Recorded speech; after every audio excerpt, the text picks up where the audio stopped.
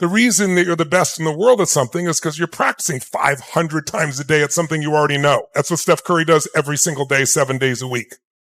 Vintage Curry. 2.5 million practice shots in his 15-year career.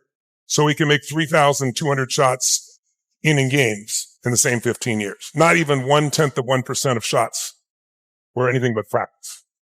So we don't put much practice in being happy. We don't really focus on the skills to be happy or refine our philosophy. And that's why we're going to immerse ourselves in it this week. And we should have a blast doing it and explore. And when you're not happy, it'll be like, that's interesting. When am I allowing to trigger that? Because I'm in control. And like, I got a dozen or so tools here. Which one do I want to use? Because you'll hear many tools here. Some you'll gravitate more than others, and you can pick whichever ones you want and throw away the rest. But you should have a large list of them, so it's really easy when you get caught up in something to get out of it. Who's up for that, right? And so that's part of the process of what we see happening going on this journey. And to help you with this, think of it just for a second as maybe 3 kinds of happiness. And so you can kind of see how you've navigated the happiness journey. First kind of happiness you could call rock star happiness. What makes a rock star happy? Getting what they want. Getting whatever they want, they can get it. Doesn't matter. There's no limits. They can do whatever they want to do. They get to have it.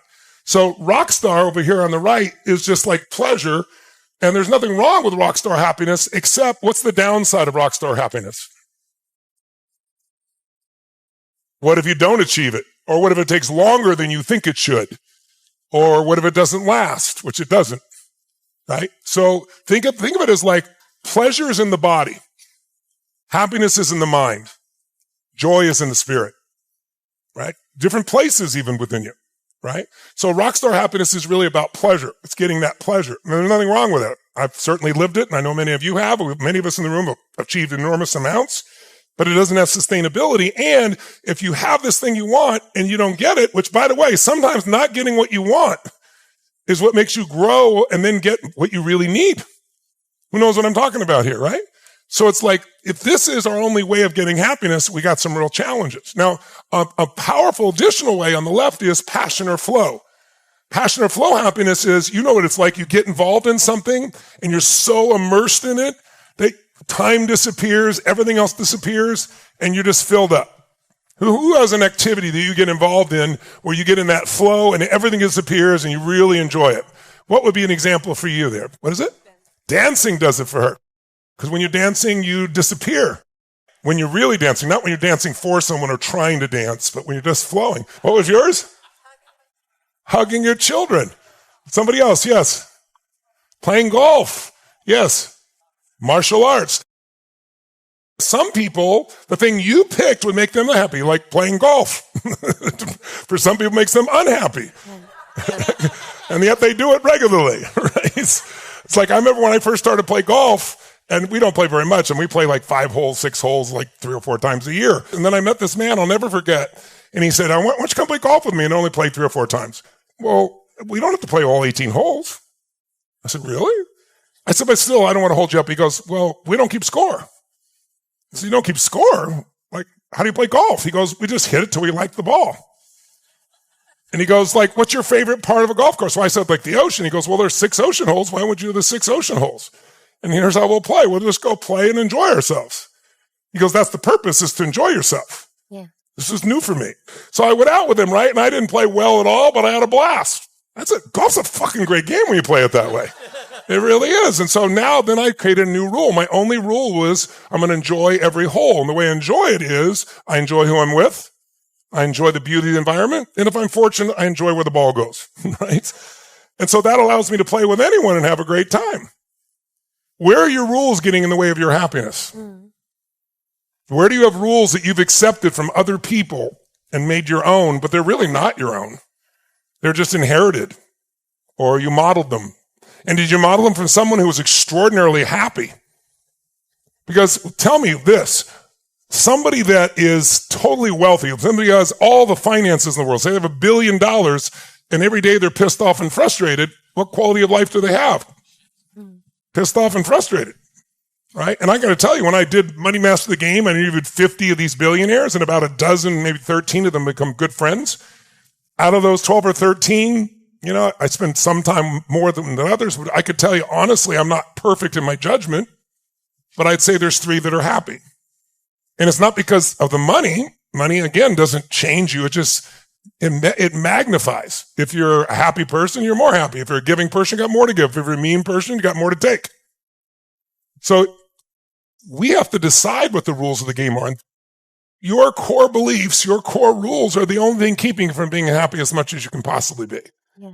It's nothing but a set of beliefs. It's the gift of what you do that you experience transcendence.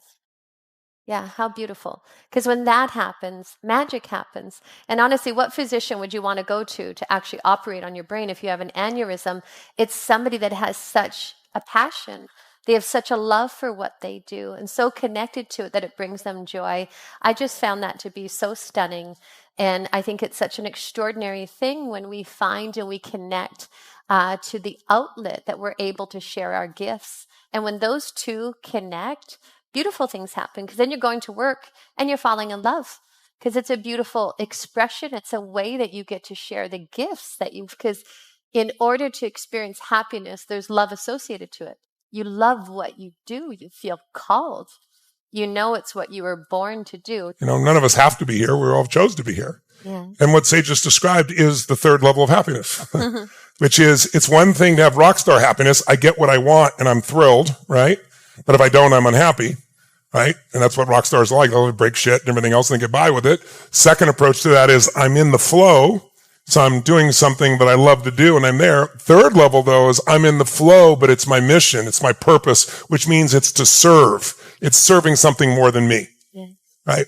When it's something serving more than me, there's a magnification, because that's why we have relationships. The only purpose of relationship is to magnify human emotion. If you have been around somebody and you're feeling good and it's somebody you really love, you feel even better. And that's also why you get around somebody who's in a lousy state and you're in a lousy state and put 2 lousy states together. Oh boy, that's really fun, right? But the point is you get more sustainability when it's not just your flow, but a flow to serve something more than yourself. So you can play the guitar for yourself and it's magnificent. You could be in the flow, the music's going, it's awesome. But if you're also doing that and it's serving somebody as well, it starts to be magnified more and there tends to be even more pull. But then if you took that same little triangle of all these ways, and by the way, you don't have to give up, you can do all 3. Who's done all 3, right? But it's important to know that this base one is the strongest one of all. But this shading all around it here is really the glue that holds it together, and that's relationships. Because as we said, that's why we have relationships. They magnify. It's why when you have a great experience and it's really wonderful, what's the first thing you want to do? Share it. Share it with somebody you love, because that magnifies you. You can only experience so much by yourself. And so tonight we're going to bring in a gentleman who did the longest happiness study in history. I think it was 45 plus years. And you'll see that the core of it is relationships. Your relationships are great. You can have happiness no matter what. Now you still have to manage your mind and not let those situational situations take you out of it. But your overall happiness tends to be incredibly strong when relationships are deep and trusting and loving and connected. To me, in the end, happiness is love.